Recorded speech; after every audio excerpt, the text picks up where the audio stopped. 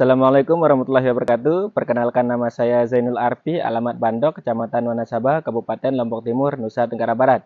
Saya mahasiswa PPG dalam jabatan kategori 1 angkatan 3 tahun 2023 di LPTK Universitas Pendidikan Ganesha Singaraja, Bali. Hari ini, Senin tanggal 4 Maret 2024, saya akan melaksanakan video pembelajaran untuk menyelesaikan tugas akhir uji kinerja pada PPG dalam jabatan. Untuk selengkapnya, silahkan tonton video berikut. Terima kasih. Assalamualaikum warahmatullahi wabarakatuh.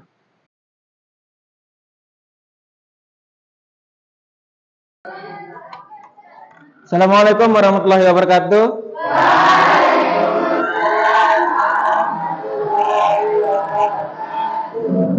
Selamat pagi anak-anak. Bagaimana kabar kalian hari ini? Alhamdulillah. Sebelum memulai pembelajaran, marilah kita sama-sama berdoa. Untuk ketua kelas, pimpin temannya untuk berdoa dulu. Sebelum kita mulai belajar, marilah kita bersama-sama berdoa. Berdoa dalam hati mulai.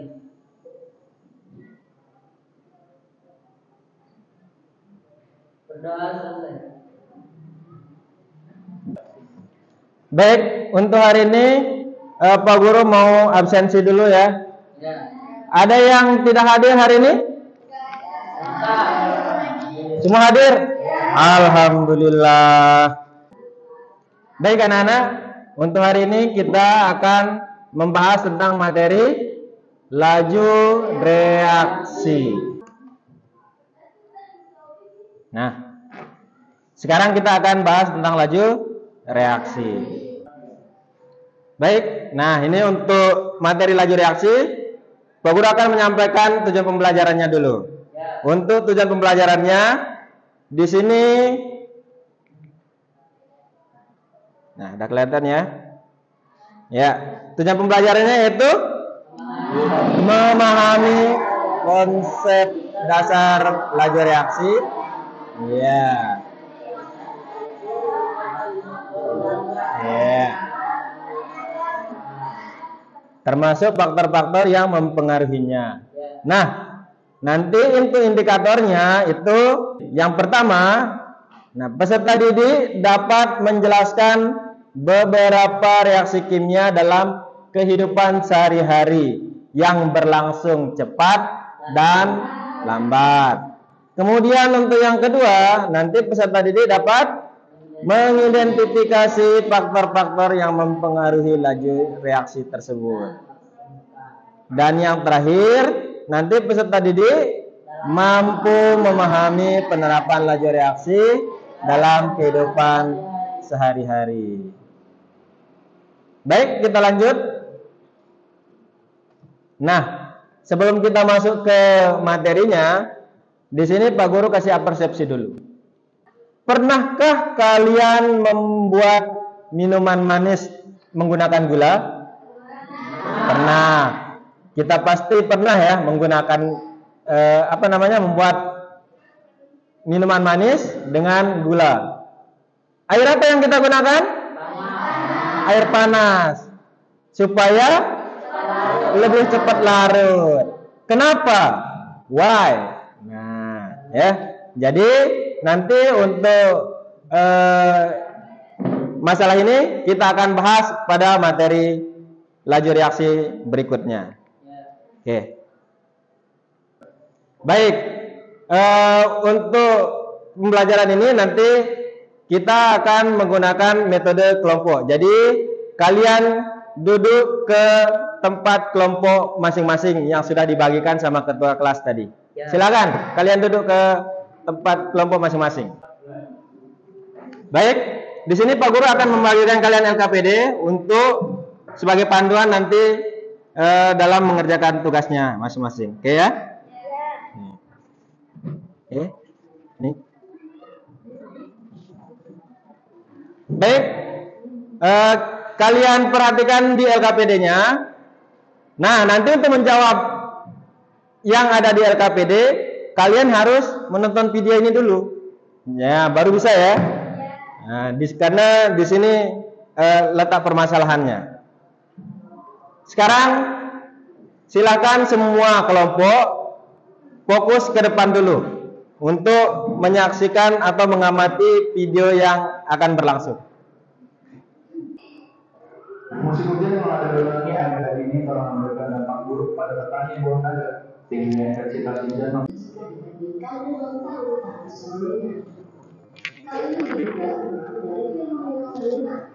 Dan yang sendiri adalah peningkatan curah hujan. Akibat musim hujan yang terus-menerus, tidak hanya menyebabkan banjir atau gangguan dan longsor, namun juga berdampak pada petani buah naga yang berada di desa Kedua, Kecamatan Tegalnego, Kabupaten Banyuwangi. Pasalnya, tanaman buah naga banyak diserang oleh lalat buah yang menyebabkan buah menjadi busuk sampai 3 masa panen. Harga buah naga sendiri mencapai 5–6 ribu rupiah per kilogram dari petani. Namun demikian, karena terkena imbas dari musim hujan yang berkepanjangan, petani mengalami kerugian hingga 20% saat panen. Novita Kamil, Banyuwangi TV, melaporkan. Nah, sekarang setelah kalian menonton video tadi, silahkan kerjakan LKPD masing-masing ya, yang sudah Pak Guru bagikan. Jadi permasalahannya sudah jelas tadi di video ya. Ya. Sekarang masing-masing kelompok kerjakan LKPD-nya masing-masing. Kalian boleh menggunakan referensi dari buku, bisa dari Google dan lain sebagainya, ya. Silakan kerjakan.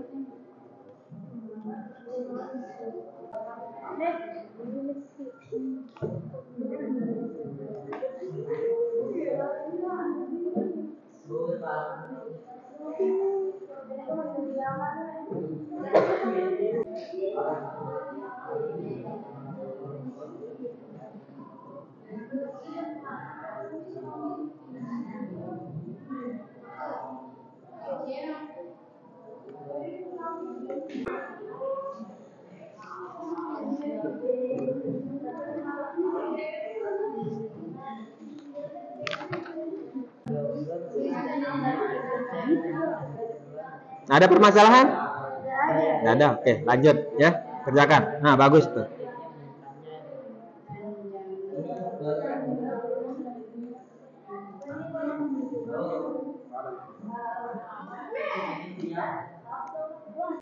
Ada permasalahan? Tidak ada. Tidak ada. Oke, lanjut ya. Ya.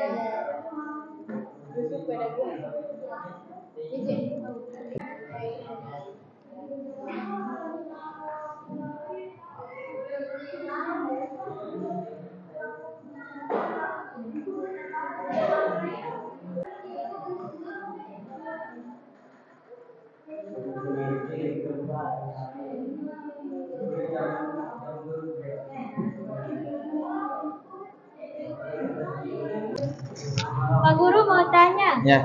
luas permukaan sama kelembaban itu sama atau beda? Beda. Kalau luas permukaan itu artinya luas penampang atau luas dari suatu benda atau materi. Misal kalau ini kertas. Nah, ini kertas ini kita sobek-sobek, ada yang disobek-sobek dan ada yang utuh. Nanti kalau yang disobek-sobek itu kan luas permukaannya beda dengan yang utuh. Sama kalau kita mau bakar kayu. Nah, mana yang lebih cepat terurai atau terbakar? Yang kayunya yang utuh satu batang atau yang sudah dipecah-pecah. Nah, itu termasuk luas permukaan ya. Jadi luas permukaannya beda dia. Ada yang lebih besar, ada yang lebih kecil. Ya. Nah, itu aja. Untuk kelembaban, nah, kalau kelembaban itu kan masalah suhu udara nanti. Yang menyebabkan lembab itu kan apa? Adanya H2O dalam udara. Apa H2O? Air. Ya. Jadi kalau lembab itu kan banyak air nanti di udara. Makanya yang bikin lembab, ya. Terima kasih. Nah, untuk selanjutnya nanti kalau ini sudah selesai dipresentasikan, apa namanya? Kalau sudah selesai dikerjakan, kalian kan mau presentasi untuk mempertanggungjawabkan hasilnya. Jadi silahkan kalian bikin nanti siapa yang jadi moderator, notulen sama penyaji. Udah dibikin ini? Sudah. Nah, udah. Ya, oke. Lanjut kalau gitu. Ya. Untuk kelompok 2 udah selesai? Sudah. Oh, belum. Oh, tinggal sedikit lagi ya. Oke. Oke, sip. Nah, nanti Pelindung. kalau sudah selesai semuanya, Pelindung. nanti kan kita harus pertanggungjawabkan. Jadi di presentase. Jadi kalian sudah bikin siapa yang jadi moderator? Oke, udah paham berarti ya? Sip. Belum ngerti di kesimpulan. Oke, kesimpulan itu nanti kan hasil dari yang kalian kerjakan yang ada di sebelumnya tadi. Nah, mana pekerjaannya? Aduh, apa soal? Nah, ini. Ini. Ini sudah ketemu jawabannya? Udah. Oke, jadi nanti hasil dari ini baru disimpulkan. Puas sudah. Bagaimana jika puas sudah dikumpulkan? Apa yang kalian dapat di sini? Jadi misalnya reaksi kimia itu kan nanti ada yang cepat, ada yang lambat contohnya. Jadi yang mana yang cepat, yang mana yang lambat? Apa penyebab-penyebabnya? Nah, itu nanti disimpulkan gini. Ya. Udah paham? Sama penerapannya nanti dalam kehidupan sehari-hari. Kan dari sini sudah ada contoh-contohnya. Dari video tadi sudah ada contoh-contohnya. Nah, jadi kalian nanti simpulkan di sini. Oh, ternyata ini loh penyebabnya. Nah, ini loh ternyata penerapannya dalam kehidupan sehari-hari begini. Jadi kalian sudah mengetahui nanti dalam reaksi kimia itu ada yang lajunya cepat, ada yang lambat. Kemudian yang menyebabkan dia cepat lambatnya ada faktor-faktor yang mempengaruhinya apa saja. Itu kan nanti sudah ada di LKPD-nya yang kalian kerjakan. Itu kesimpulannya ya. Oke. Untuk moderator, notulen sama penyaji sudah? Oh, sudah. Berarti nanti masing-masing ini sudah ada perannya ya. Nah, oke. Lanjut. Yang ini untuk persiapan presentasinya sudah? Ada yang jadi moderator, notulen sama penyaji sudah? Oke. Terus untuk pekerjaannya sudah beres? Gimana? Oh, tinggal kesimpulan. Oke. Lanjutkan. Baik, waktunya sudah habis. Sekarang masing-masing kelompok harus mempertanggungjawabkan hasil diskusinya. Jadi untuk yang presentasi yang pertama kita mulai dari kelompok 1 dulu ya. Oke. Silakan kelompok 1 maju ke depan untuk mempresentasikan hasil diskusinya. Silakan. Bismillahirrahmanirrahim. Assalamualaikum warahmatullahi wabarakatuh.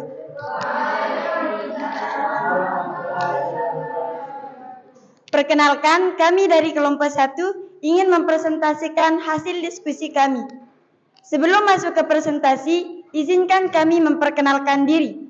Perkenalkan, nama saya Nur Syifa sebagai moderator dan ini teman saya. Perkenalkan, nama saya Jani Ardiana sebagai penyaji. Perkenalkan, nama saya Destiara Astri sebagai penjawab. Perkenalkan, nama saya Zahra Ramdhani untuk menyimpulkan. Perkenalkan, nama saya Sulpan untuk menjadi notulen.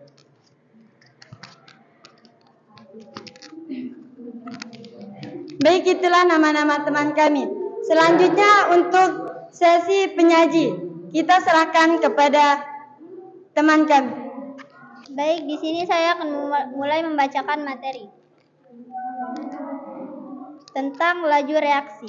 Apabila buah-buahan diletakkan di udara terbuka atau di lingkungan yang panas, maka buah-buahan akan lebih cepat membusuk.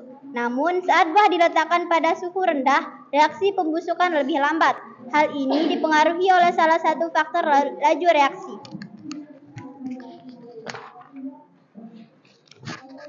Setelah menonton video yang tadi, kita pasti ada pertanyaan, mengapa bisa seperti itu?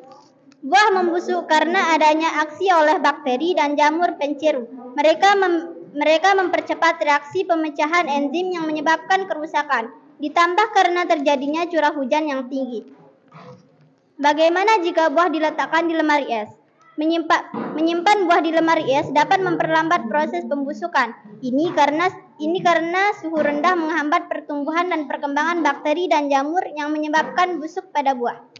Faktor apa yang mempengaruhi reaksi pembusukan buah di atas? Ada beberapa faktor yang mempengaruhi reaksi pembusukan, di antaranya adalah suhu.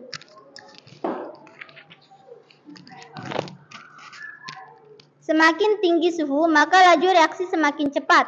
Begitu pula sebaliknya. Semakin rendah suhu, maka laju reaksi semakin lambat. Kedua, konsentrasi. Semakin tinggi konsentrasi, maka laju reaksi semakin cepat.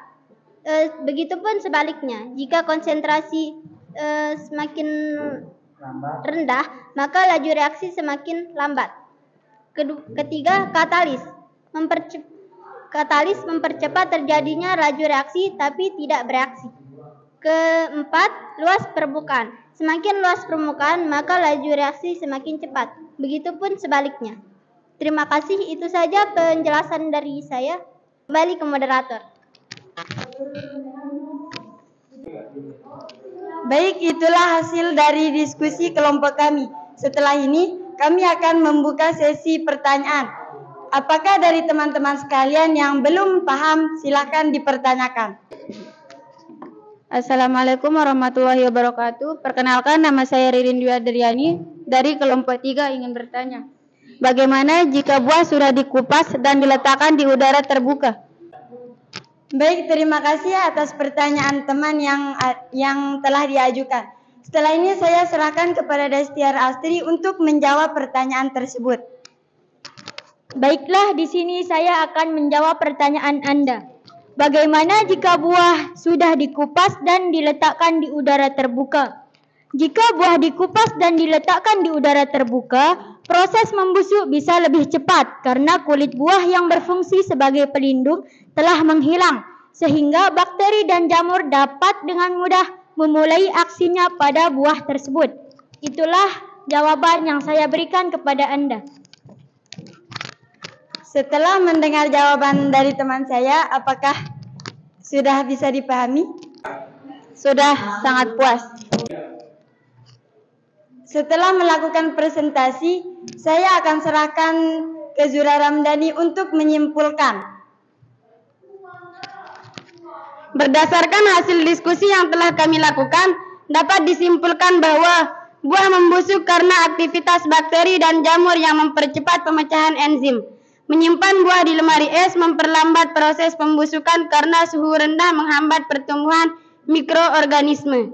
Beberapa faktor yang mempengaruhi proses pembusukan termasuk suhu, konsentrasi, katalis, dan luas permukaan. Jika buah sudah dikupas dan diletakkan di udara terbuka, proses pembusukan akan lebih cepat karena pelindung alami buah atau kulit telah dihilangkan, memungkinkan bakteri dan jamur untuk dengan mudah memulai aksinya. Terima kasih. Setelah dibacakan kesimpulannya, berakhir pula presentasi kami. Saya sebagai moderator pamit undur diri. Wassalamualaikum warahmatullahi wabarakatuh. Waalaikumsalam warahmatullahi wabarakatuh. Tepuk tangan untuk kelompok 1. Baik, untuk kelompok selanjutnya yaitu kelompok 2, silahkan maju ke depan untuk mempresentasikan hasil diskusinya. Bismillahirrahmanirrahim. Assalamualaikum warahmatullahi wabarakatuh. Waalaikumsalam. Perkenalkan, kami dari kelompok 2. Saya Usmardiani selaku moderator yang beranggotakan. Saya atas nama Diani Putri selaku pemateri. Saya atas nama Naufal Mahdi Adzikro sebagai sesi tanya jawab. Saya atas nama Tartira sebagai pembaca kesimpulan. Dan saya atas nama Hazra ini sebagai notulen. Baiklah, di sini kami akan mempresentasikan hasil diskusi kami mengenai laju reaksi Baiklah, selanjutnya akan saya serahkan kepada Saudari Diani Putri sebagai pemateri. Kepada Saudari Diani Putri saya persilahkan. Baik, saya selaku pemateri akan menjelaskan mengenai larutan H2O2. Jadi, larutan H2O2 adalah sebuah senyawa kuat yang biasa digunakan pada pemutih, cairan anti-infeksi, pasta gigi, dan bahan lain. Oleh karena itu, larutan hidrogen peroksida atau H2O2 sebaiknya disimpan dalam wadah yang tertutup rapat dan terbuat dari bahan yang tahan terhadap reaksi kimia, seperti botol kaca gelap atau botol plastik khusus yang direkomendasikan untuk bahan kimia. Penyimpanan harus dilakukan di tempat yang sejuk, gelap, dan terhindar dari sinar matahari langsung, karena paparan cahaya dapat menyebabkan dekomposisi H2O2 menjadi air dan oksigen. Nah, hanya itu penjelasan mengenai larutan H2O2. Selanjutnya saya serahkan ke moderator. Baiklah. Nah, jadi dari penjelasan yang sudah dijelaskan tadi, apakah ada yang dari kalian yang ingin bertanya?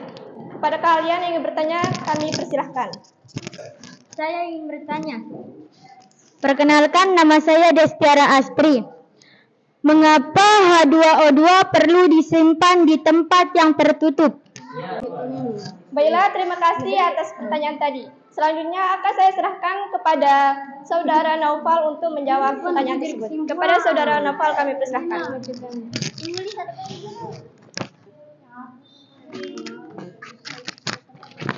Baik, saya akan menanggapi pertanyaan dari Saudari Destiara Astri. Mengapa H2O2 disimpan di tempat yang tertutup? Yaitu karena H2O2 merupakan zat kimia yang terbentuk oleh cairan bening, tidak berwarna, teksturnya lebih kental dari air, dan juga memiliki sifat asam. Dan H2O2 perlu disimpan di tempat tersebut karena agar terhindar dari sinar matahari langsung dan untuk menjaga kestabilitasannya, keamanannya, dan untuk mencegah reaksi yang tidak diinginkan atau pencegahan akses yang tidak sah. Demikian, sekian. Baiklah, dari jawaban tersebut, apakah kalian sudah puas? Ya, saya puas atas jawabannya.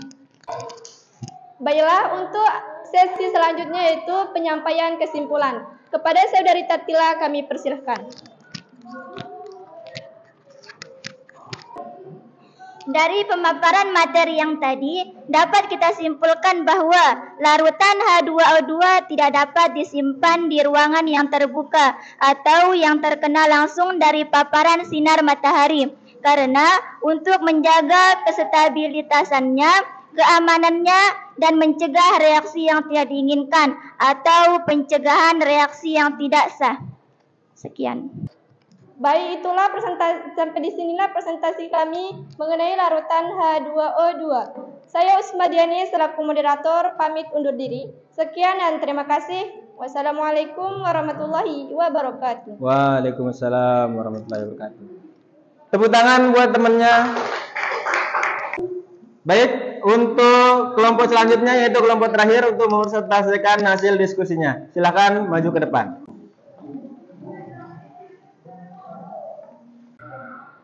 Bismillahirrahmanirrahim. Assalamualaikum warahmatullahi wabarakatuh. Waalaikumsalam warahmatullahi wabarakatuh. Di sini kami akan mempresentasikan hasil kerja kelompok kami yaitu larutan H2O2. Sebelumnya izinkan kami untuk memperkenalkan diri kami. Saya Alia Aprialiantari sebagai moderator dan teman saya Tuti Komaria sebagai penyaji. Dan saya Nurul Badila Zamharira sebagai sesi tanya jawab. Saya Isaumul Kuro sebagai notulen.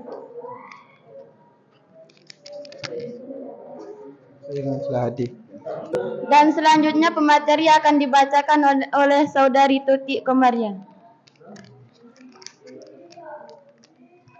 Saya akan membacakan materi.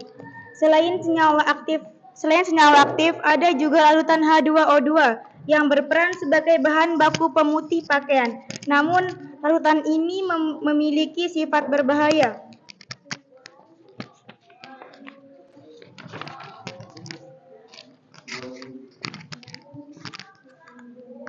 Sifat yang dapat menimbulkan berbagai bahaya serta memicu munculnya efek samping sebagai berikut.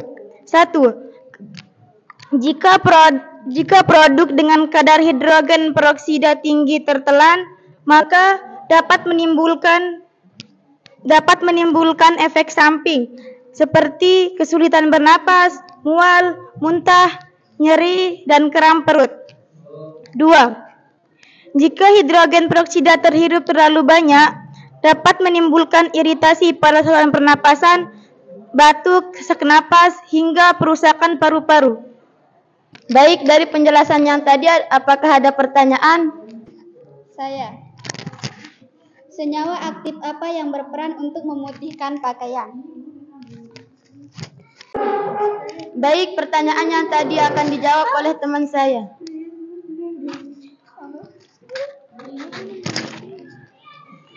Baik, di sini saya akan menjawab pertanyaan yang telah diajukan. Senyawa aktif yang berperan untuk memutihkan pakaian yaitu klor. Klor merupakan bahan dasar pemutih yang paling sering digunakan. Pemutih yang mengandung klor biasanya menggunakan peroksida seperti hidrogen peroksida, natrium perkarbonat, dan natrium perbonat. Bagaimana? Apakah sudah puas dengan jawabannya? Sekian dari kelompok kami. Wassalamualaikum warahmatullahi wabarakatuh. Waalaikumsalam warahmatullahi wabarakatuh. Tepuk tangan untuk temannya. Baik, tadi sudah kita lihat penampilan dari masing-masing kelompok. Semuanya sudah, alhamdulillah bagus ya. Oke, untuk yang selanjutnya kita akan menyimpulkan pembelajaran hari ini. Nah, dari mulai dari awal sampai akhir. Nah, di mana mulai dari nonton video tadi, kemudian kalian mengerjakan LKPD, hasilnya nanti sehingga nanti kita akan selesaikan bersama. Simpulkan bersama. Ya, kenapa? Ya, itu dikerjakan. Nah, ini kan sudah ada kerjaannya ya. Nah, sesuai ini. Nanti sesuai pertanyaannya kalian jawab. Nanti kalau sudah selesai, nah kalau sudah selesai dijawab semuanya, baru disimpulkan hasilnya. Nanti simpulannya di lembar akhir. Ada penyimpulannya ya.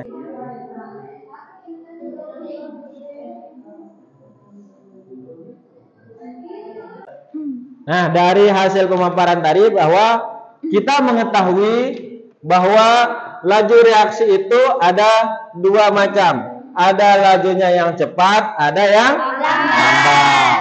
Misalnya contohnya yang cepat. Yang mana? Petasan. Ketika dihidupkan langsung dar. Sama kayak bom ya. Kalau lajunya yang lambat, apa? Seperti video tadi, pembusukan buah. Nah, kan buah itu kan tidak langsung busuk ketika dimakan oleh lalat buah atau nanti sama bakterinya ya. Iya, melalui proses. Atau sama kayak kita. Ini kan masih muda, nanti penuaan. Nah, nanti kan lama, mulai dari kecil, kemudian besar, dewasa, dan akhirnya mati. Iya. Gitu ya. Nah, dan bahwa dari hasil tontonan video tadi, dari pemaparannya, pencarian di berbagai macam literatur, bahwa ada beberapa yang mempengaruhi laju reaksi itu ya. Nah, yang pertama yang didapat apa? Konsentrasi. Di mana konsentrasi itu semakin besar konsentrasi, maka laju reaksi akan semakin cepat. Sebaliknya, semakin kecil konsentrasinya, maka laju reaksinya akan semakin lambat. Begitu juga yang selanjutnya apa lagi faktornya? Suhu. Suhunya, kalau suhu itu semakin tinggi suhu, maka laju reaksi semakin cepat. Sebaliknya, semakin rendah suhunya, maka laju reaksinya akan semakin lambat. Apalagi? Katalis. Ya, kalau katalis itu suatu zat yang mempercepat terjadinya reaksi, tetapi dia tidak ikut bereaksi. Yang terakhir itu adalah luas permukaan.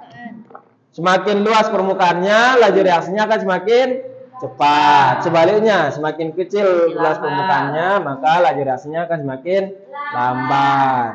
Ada beberapa kemudian penerapannya dalam kehidupan sehari-hari. Seperti tadi, kalau contohnya konsentrasi, misal antara di jalanan mobil yang banyak kan, sama di jalanan yang satu mobil sedikit, mana yang lebih besar konsentrasinya? Mobil yang lebih banyak. Jadi maka tabrakan itu yang mana yang lebih cepat terjadi? Yang banyak apa yang sedikit? Yang banyak, ya. Ya, semakin banyak kan, nanti kemungkinan terjadinya tabrakan itu yang konsentrasinya banyak. Nah, kemudian kalau suhu. Nah, contohnya, misalnya kita mau nyeduh kopi, ada yang pakai air dingin sama ada yang pakai air panas. Mana yang lebih cepat larut? Air panas. Air panas, ya. Karena nanti molekul-molekulnya itu akan lebih cepat berinteraksi ketika suhunya semakin tinggi. Begitu juga luas permukaan. Kalau luas permukaan, misalnya kita mau membakar sesuatu, misalnya kita bakar kayu lah. Nah, kayunya yang satu gumpalan penuh batangnya, kemudian yang satunya lagi kita potong-potong kecil. Mana yang lebih cepat terbakar habis? Yang potong-potong kecil, ya, karena luas permukaannya lebih besar, luas bidang sentuhnya. Kemudian yang terakhir itu adalah katalis. Kalau katalis yang mempercepat terjadinya laju reaksi, tapi tidak ikut bereaksi. Contohnya itu enzim dalam tubuh, ya. Nah, kalau kita misalkan yang lain, kita umpamakan, kalau katalis itu kayak yang mak comblang. Nah, misalnya ini si A mau jadian sama si B, tapi kan jadi karena apa namanya interaksinya kurang, jadi lambat kan jadiannya. Nah, adalah si C jadi katalis, dia yang memacomblangin ini ini. Nah, makanya kan cepat nah, tapi dia tidak ikut nanti jadian. Kalau ikut jadian apa namanya? Cinta segitiga. Orang ketiga itu namanya pelakor. Ya, tapi kalau katalis bukan pelakor, ya. Ya, karena tidak ikut bereaksi. Gitu aja, ya. Nah, bagaimana, sudah paham sekarang? Ya. Sekarang untuk menguji pemahaman kalian. Nah, ini untuk masing-masing, ya. Untuk menguji pemahaman kalian, nanti Pak Guru akan kasih kalian soal evaluasi. Ini untuk individu. Jadi untuk soal individu ini nanti akan dibagikan satu persatu. Jadi kalian kembali ke tempat duduk masing-masing seperti semula. Silakan. Baik. Nah, ini soalnya Pak Guru akan kasih, ya. Silakan jangan lupa tulis nama dan kelas masing-masing. Jawab mandiri, jangan nyontek. Nah, mengetahui pemahaman kalian masing-masing. Sampai sejauh mana kalian memahami materi yang tadi.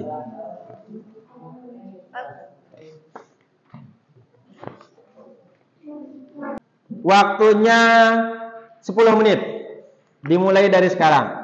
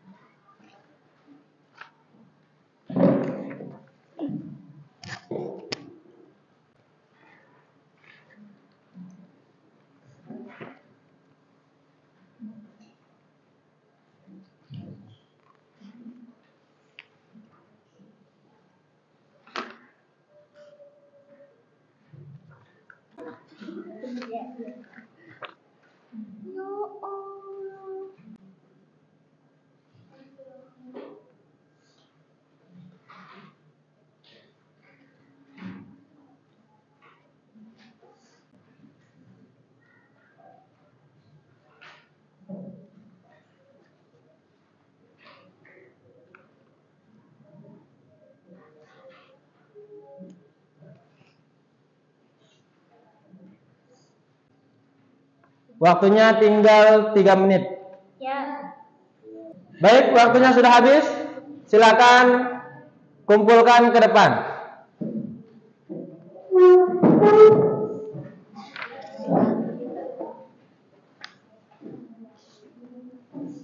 Semuanya kumpulkan ke depan.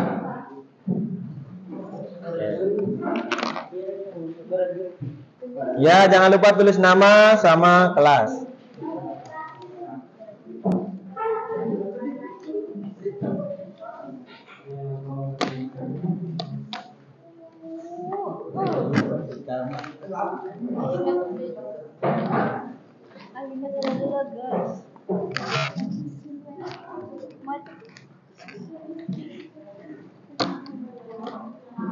Baik. Nah, dari hasil tadi udah selesai ya? Nah, Pak Guru pengen tanya ini, bagaimana perasaan kalian untuk hari ini saat belajar seperti ini? Senang ya? Ada kendala di kalian? Sedikit. Yang mana?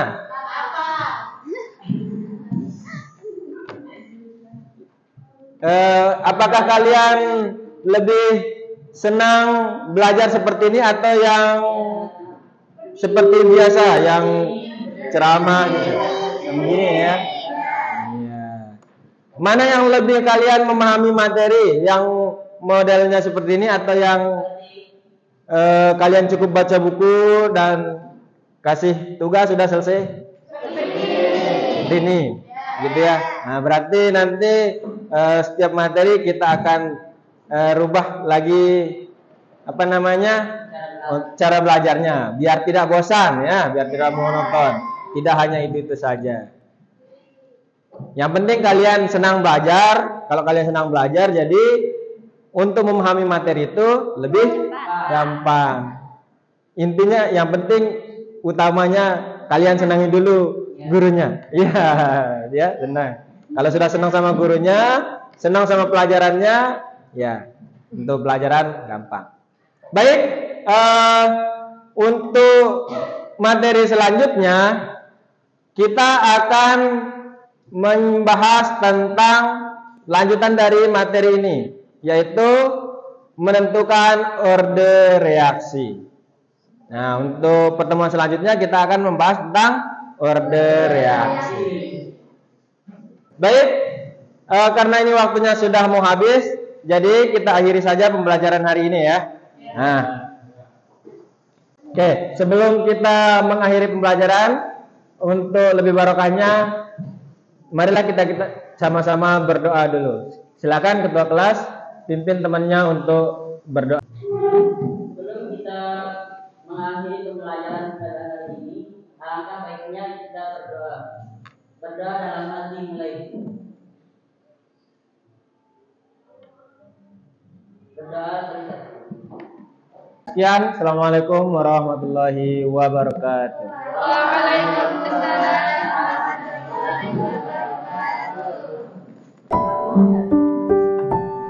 Ya. Silakan, kalian boleh pulang. Hati-hati di jalan.